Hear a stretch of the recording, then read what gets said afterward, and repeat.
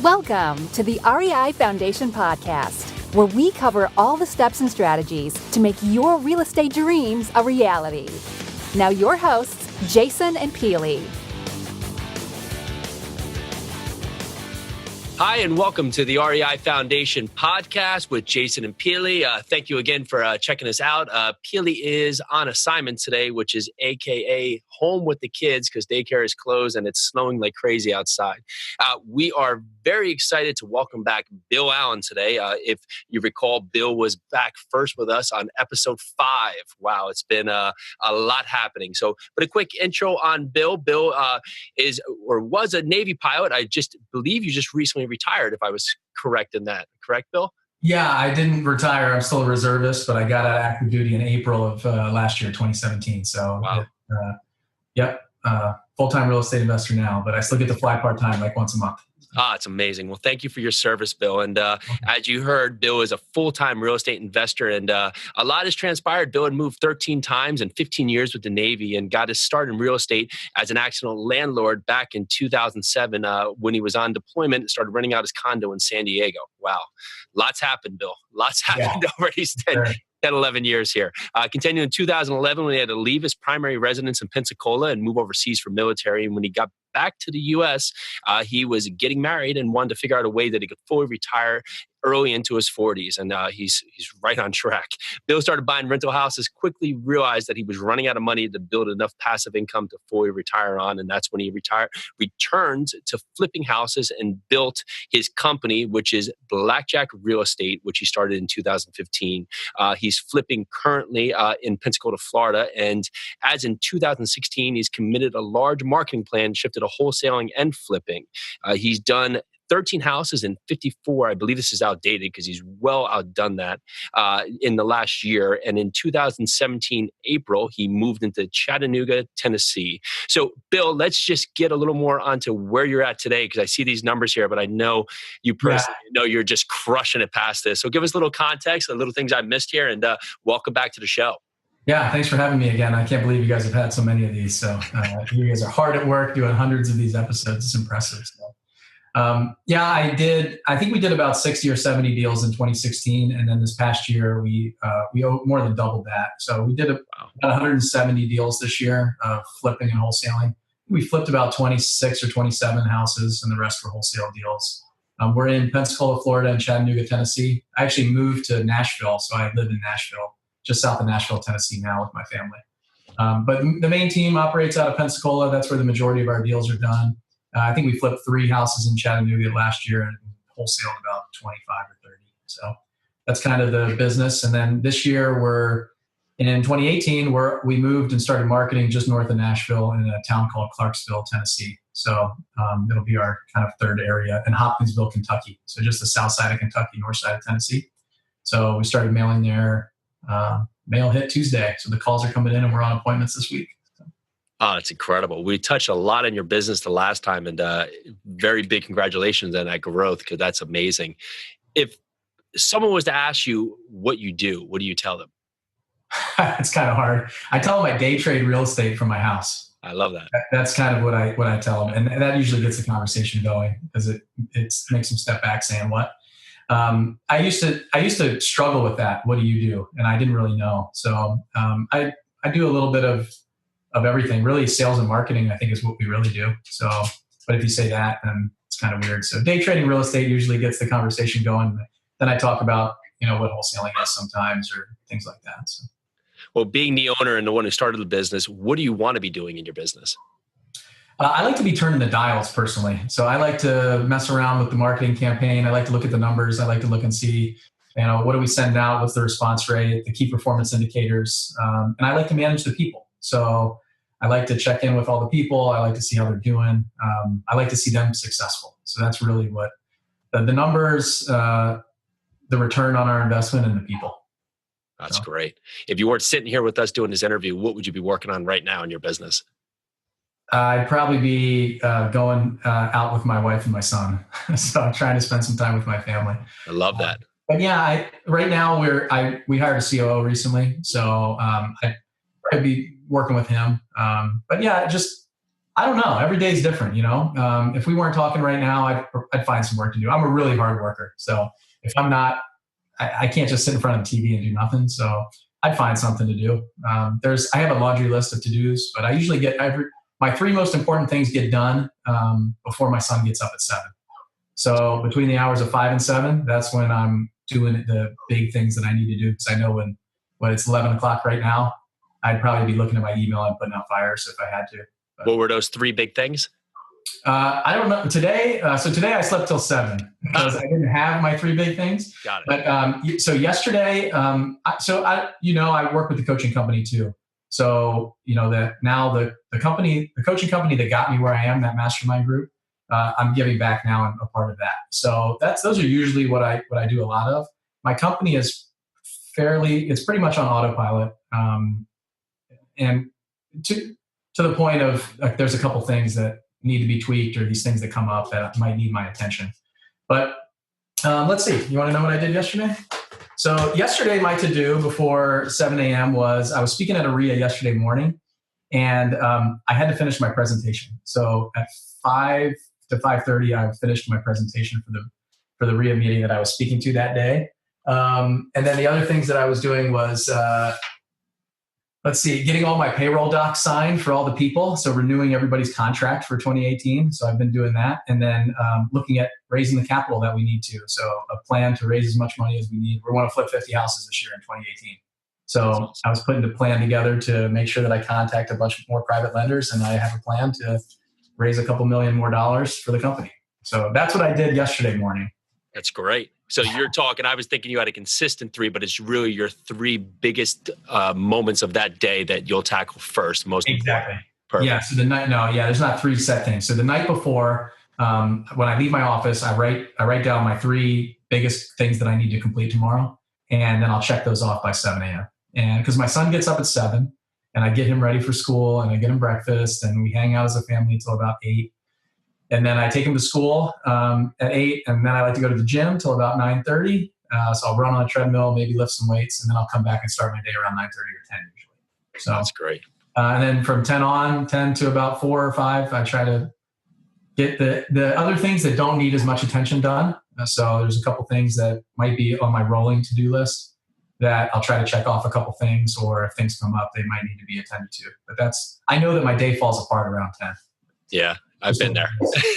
So, well, let's transfer over into that entrepreneurial mindset. What would you consider to be your most memorable experience so far as an entrepreneur? My most memorable experience, and what I try to revolve around, is when I saw my mentors. I remember the first couple mastermind meetings that I went to, and they were sitting there without their computer open, with no phone. Their attention was fully focused on us. And that's what they were doing. And I was just shocked at that.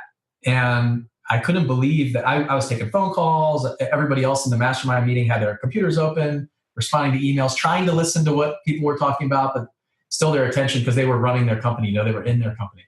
And these other guys were sitting in the back of the room, just paying attention to us, like giving to us. And I thought I would never get there. And then I would be on my computer dealing with a problem, and I would get an email from a wholesale deal that they were sending out from their company.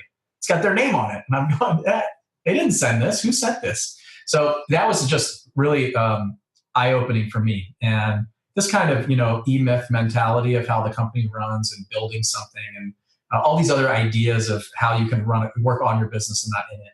And that to me was the most powerful thing.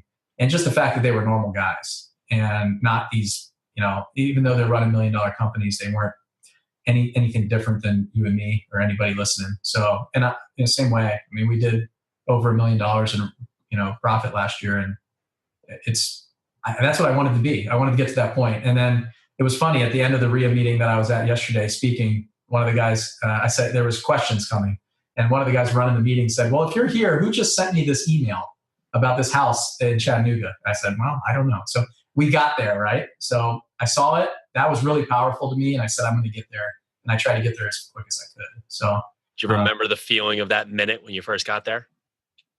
What's that? Do you remember the minute that you got there, how you felt? No, I don't remember it, because the reason I don't remember it is because you just kind of wake up and and I'm so involved in everything that's going on all the time, and we're busy.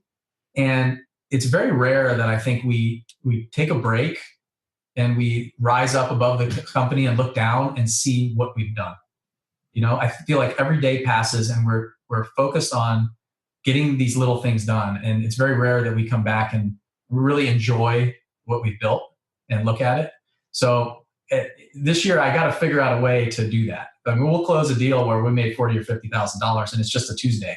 Yeah. Right. But it used to be, that was a big day, right? That was the one deal that we closed that year and the one flip that we did, and we got a check for $40,000. And I'm never the guy who just spends it. I'm not going to go on a cruise or a big vacation for that, but really celebrating the wins, that kind of stuff, we lose that, I think, even as we get big. I mean, I'm sure, I don't know what Steve Jobs does when a new iPhone comes out, or if but I really feel like we don't do that. And I don't remember it because of that. We're just in the grind, and then we look back and I'll reflect maybe at the end of the year at what we did and realize that it was incredible what we've done.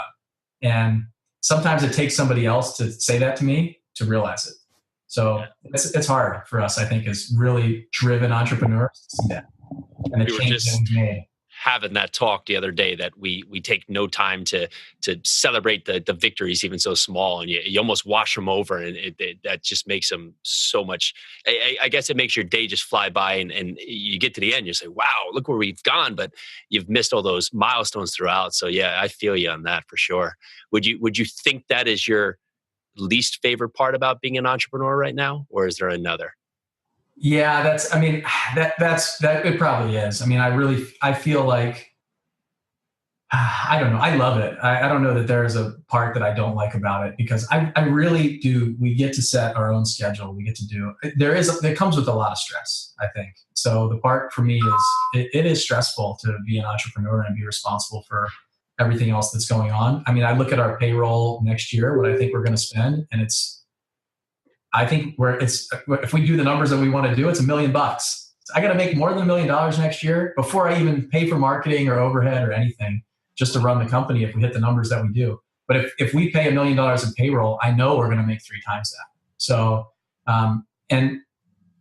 so I don't know. It's hard to say what I don't like about it, but yeah, sometimes just taking a break and looking at what we've done, it's hard, right? I heard there's a guy, a quote, the days are long and the years are short. And I feel like that's really, really true, especially in what we do. I feel like the days just drag on, and then I look back and go, I can't believe it's been a whole year already. And I think it goes for anybody in any business, but really being able to take the time, and we take those losses, the times that there's struggles or issues, or we lost money on a deal, and we mull over that for so long, right? I hold on to it forever, but we don't celebrate the little wins like you talked about. So we have, and the big wins even. It's just, hey, we had another $100,000 month. But we lost, we struggled here, and this is where we need to focus. So I don't even know where your original question was. The negatives with this, like the positives with this business far outweigh the negatives. I really don't have something that I don't like about being an entrepreneur. I think it's incredible. I mean, I go drop off my son today. I mean, you see the sweatshirt I'm wearing, sweatshirt and jeans, and I'm dropping my son off at school, and everybody else is going into the rat race after they drop their kids off. And I get to go to the gym or go home or, do whatever I want to do. It's my choice. So yeah. I love it. That's amazing. If you were to look at your day and your life as a real estate investor, if you couldn't be a real estate investor, couldn't be a pilot, what would you do? I don't know. So I like to fly. I really do like to fly. So if that's off the table. But I never really wanted to be a pilot. I didn't know what I wanted to do in the Navy. Those guys just had fun and got to fly, and they got paid to fly in airplanes. So I thought it was pretty cool. A real estate investor, I would probably just continue to be a businessman. I love creating things and turning the dials, like I talked about. I'm an engineer, so I have a mechanical engineering and aeronautical engineering degree. So, but I wouldn't do any of that. There's no way that I would be an engineer. I can't sit at a desk. I can't do all that stuff. I don't know if I could go back. I just love, helping people. I'd probably be, I don't know, maybe some sort of financial guy. I really love dealing with money and numbers and stuff like that. So probably find something in the financial sector, but I'm totally I'm somewhat unemployable now, I think. So I'd start something. I'd create another thing. Who knows what it is? But I feel like now you take me out of the real estate world. I'm deadly in business now. I think I could. I say it sometimes. I think you drop me on the corner of just about any city and any street with not a lot of money, and I could figure out how to make money and do business. So if we, I don't know, went bankrupt tomorrow, hopefully all my lenders aren't listening. But if that happened and we had to move and start all over, I think that everything that I've learned from running this company the past few years, and everything from all of you guys that I've met and all of my mentors that I've had, I really feel like I could do just about anything and be successful at it, which is really cool. Such a good feeling to have that feeling where you're not dependent on someone giving you a check every couple of weeks and just having to rely on somebody else because and if that just stops. I was talking to someone yesterday and they got let go from their job and they're just sideways because that's been their life since they've got out of school. So congratulations. It's an awesome feeling to have.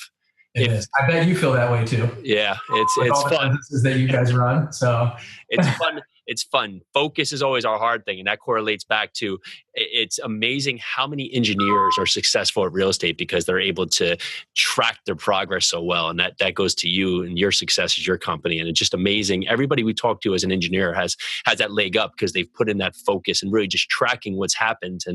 And for everybody out there who is an engineer, I would really take it as a step up because you're already putting the groundwork in because you want to see where your returns are coming from. And so many times people don't even know what it's costing them on a project accurately or their marketing, what's bringing in the most marketing. They're just sending dollars out there blindly and that's one thing this group has taught us so well is know where your returns are really coming from because it helps you basically push off all the stuff that's extra work that's not really getting you return and focus strongly on if it's bandit signs, go there. If it's direct mail, go there, etc. It's before you move on, I think it's funny that you say that with the engineer. So I've had other people say, I'm surprised that you're successful being an engineer because you're so analytical when it comes to projects and numbers. And you always find a way to say no to a deal because you overanalyze everything. So I think it's funny because just hearing you say that makes me think back to all the people that say, I can't do this business because you can look at things two different ways. People say, how did you do all this for the full-time job? I was flying 40, 50 hours a week. How did you build a company while you were flying? And I have a full-time job. I can't do that. And then other people say, well, I don't have a job. So how can I start in real estate? I don't have any money or if the risk is too high. You can look at everything. It's that kind of glass half full, glass half empty kind of thing is everybody has something that you can use to your advantage. And what that is, it can be your advantage or your disadvantage, however you look at it. So I really think it's funny because I think you're probably the first person that said, you're an engineer, so you should be successful. And it just drives me nuts when people say, I can't do that because of this. Or, yeah, you know people that have money, so you can raise money really easily. I don't know anybody that has money. I don't have any time. I have too much time. I don't have a job. It's all this stuff. I think that I was successful when I had a job because I had income. I didn't need the real estate income. So I was able to take a risk and do it. And then if you have a full-time job, don't use it as an excuse, say, okay, well, I have a full-time job, so my risk is lower. Other people, they just quit their job and just jump full-time into real estate. So I don't know. I think anyone that tells me they can't do it it's not they can't, they won't. And they won't figure it out. They won't put the time in. They won't use their strengths to their advantage. And anybody can do it. It's really, anyway, so. I've done this myself in the past is we set up these risks and these downfalls that are so over the top that they'll never happen. Like, for instance, if something bad happens, they're going to come take my dog away. It's like stuff that's just so outside the box. It never happens. And you put out the worst case scenario, but you forget all the upside that could possibly happen for you. If you go out there and flip that first house, sure, you may lose a little money, you may break even, but you've taken so much action, you've gotten that education. And how many people out there have done their first flip and maybe it didn't go the way they want? Probably everybody. But look how far people go after they just do that first deal.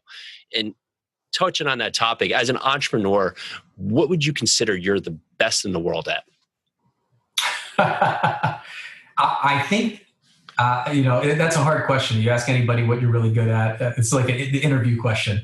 What would you say your strengths and weaknesses are, right? So I think that I think that I think I'm very good with the numbers, like you talked about. That's one. So I think I can really turn the dials and figure out where the money needs to go. But I think the other thing that's really helped me get to where I am, and it sounds a little bit egocentric, and I don't like that, but I think I'm a pretty good judge of character and people. And I think I've put the right people in the right place at the right time. And I think that when you want to build a company like this, and you got to leverage other people, and you got to be able to motivate them and lead them to do the things that you want them to do. And sometimes it might not be the things that they want to do, but to be able to identify the right person out of a group initially and hire them, train them and put in the effort, but also kind of like love on them and care for them so they feel like you really care about them being successful. And that's what this all has taught me. The system that I've built is based around people. It's a people business that we're in. Real estate just happens to be the medium that we trade in, but the people that work with me are the most important thing. So I think being able to hire the right people, train them, and pour into them and really care about them. I think that's what I've been successful at, and I think that's probably what has got me to the point that I have gotten as quickly as I have, is finding the right people, putting them in place, incentivizing, motivating, and leading them to do the things that they need to do to get the job done. And I don't know, maybe that came from the military a little bit. Maybe it's just me. Maybe it's a combination of a lot of things. But I'd say that's probably the number one thing that has made me successful as an entrepreneur is finding, hiring, training, leading the right people. So, what's the strangest thing you've done as an entrepreneur? I don't know. What's the strangest thing you've done? Probably depend on which business. I guess the beer business would be rolling kegs around in a granny cart through the subway and just by the cops and everything else. Nobody says a thing as we're rolling beer down the streets in New York City, taking it bar from bar, starting day one. That would probably be on that first thing that popped in my mind because people constantly bring it up to this day. I've got some crazy stories of when I used to go on appointments and things like that. I can probably I'll tell one. So, I was just getting started in this business, and I had a buddy of mine down in Pensacola that we kind of teamed up. I said, you send the mail, you answer the phone. He's a reservist that wasn't working. He didn't have another job. So you answer the phone, you take the calls, you talk to the people, and then I'll help you evaluate that property, estimate rehab costs, do all that stuff. And we'll kind of work together. You can wholesale the deal to me. I'll buy from you, or I'll help you build your list and grow it from there. So him and I, went on his first appointment, and we went there together, and it was this nice house in a neighborhood, and you have to drive through kind of a worse neighborhood to get these houses on the water. And the guy was supposed to be there. So keep in mind, I had no conversation with this guy before this. And he says, yeah, he'll be there. We'll walk the property. This guy won the lottery. He's got all this property all around Pensacola area. Let's go look at this nice house. So I did the research, ran the numbers, looked at it. Thought we're just going on this appointment. So we got there. He's not there. So we walk around the house and he's not there. We're walking around looking at the property. He calls him. He says, the guy says, yeah, I'm sorry. My wife was sick. We had to go to the hospital. So we said, okay, this is fine. Could you mind if we look in the windows and walk around the property? He said, yes. So we walked around looking in the windows, and there's a pool out back. So we get back to the pool, and there's about a 10-pound dog floating in the pool. It drowned. So I said, oh my gosh, what's going on here? We need to get out of here. No fence. This guy's somebody's dog's in the pool. This guy's not here. We're going to get blamed for this. I felt like I was in an episode of Cops. There's going to be some hidden cameras, and it was a well-kept dog. And I'm not going to go into the whole story, but it was just nuts. We walked around to all the other houses, knocking on the door. Are you missing a dog? Does anybody know who this little white dog is? And then we did everything that we could, and then we just got out of there. And I said, this is our first appointment that we'd ever been on, and it's freaking me out. I thought we were going to get framed for this dog drowning in this guy's pool. He's going to come home, and it's his dog. It wasn't his. We called him us. So, I mean, I probably have 20 stories like that or worse. But I mean, when you're a real estate investor and entrepreneur, you're in these houses, you're doing crazy stuff. I mean, you name it, fleas, cops, we've had it all. So I don't know. That's probably. I love it. I love it because it gives people reason that that they're going to have crazy stories out there, but it's okay. You just keep going, and the good outshines the bad. So, it's funny. In my company, we had a company party, and I had a contest this year of who had the craziest story. So everybody came prepared with one story, and I thought it would break the ice because we never met the spouses, and they don't think they really know what we do all the time. So everybody came prepared, told one story, and I gave a trophy at the end for the craziest story that every year you can bring, and we'll pass that tradition every year, I hope. So it's pretty fun. Ah, that's awesome. What's some advice that you hear constantly for an entrepreneur that you absolutely disagree with? Oh man, you got some tough questions here. Can you prep me with these? What are some advice that I hear from We can always skip through it or jump to music, water or anything else. So, but if nothing comes around, okay, what do I disagree with from an entrepreneur? So, I don't know. That's a tough one. I think people think that entrepreneurs don't work. So I think that a lot of people might think that we just, I don't know, we're lazy, we sit around, we don't do much. And it's funny because I heard another quote, and I'm going to butcher it, I know, but we leave a 40-hour-a-week job to work 80 hours for less pay than we had before, something like that. Like I worked 10 times harder as an entrepreneur than I ever had in the military or anything else I did. I had time away from my family. So as far as advice goes, I don't know what people say about me that I don't agree with, but I will say that every entrepreneur that I know that's made it has been really hardworking, put in the time, and basically a brilliant person to figure it out either on their own or with help. So I'm not really sure the answer to that question, but I will say that we work a lot harder than people think that we do. And I see you shaking your head. It's like, yeah, I know. Tell me about it.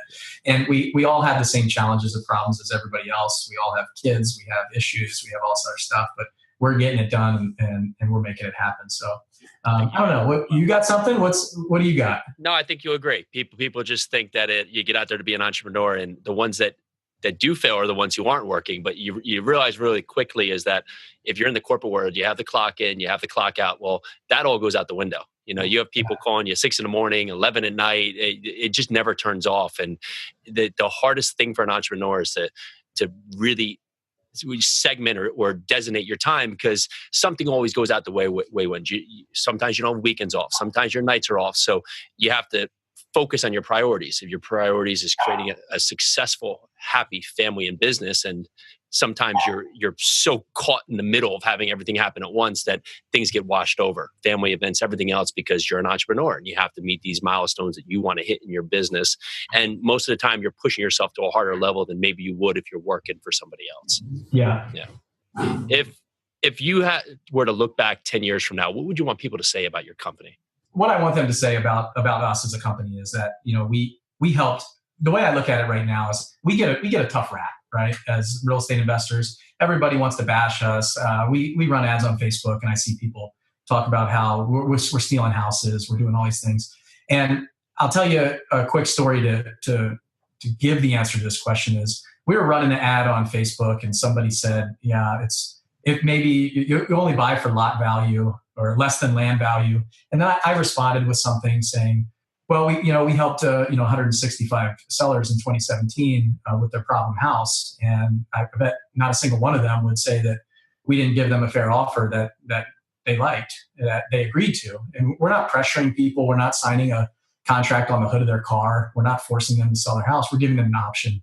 We're just an option, and we're also giving them all the other options that they could use as like also concierge service for them.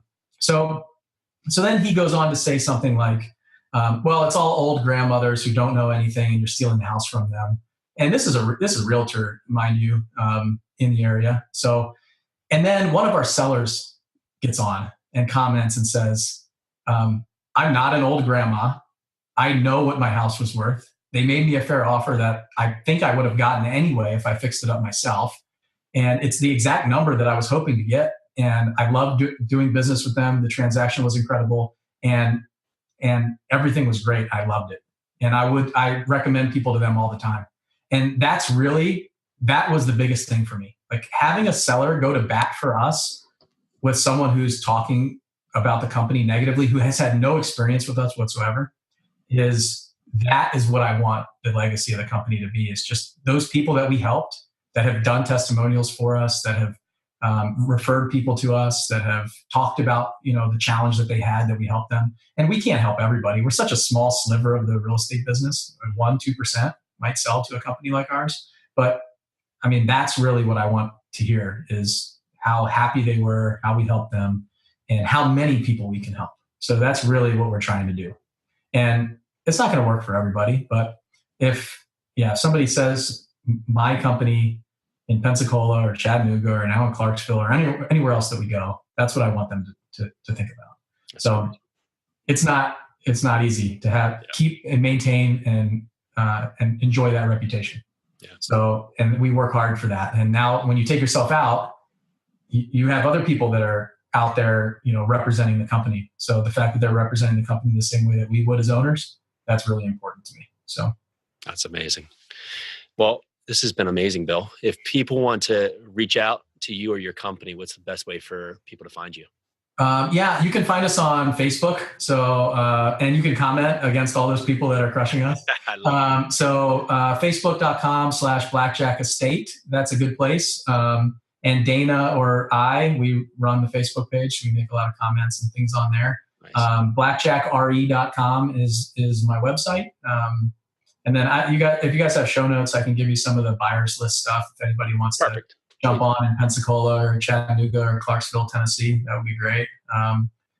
Clarksville, we just started a website called tndeals.com. So Tennessee Deals, tndeals.com. So that's where we'll put out all our wholesale deals. So and anywhere. I mean, on Facebook, I'm Bill Allen on Facebook, LinkedIn, any of those places. If Bigger Pockets, I'm on there too. So awesome. I think I'm William Allen on Bigger Pockets. So.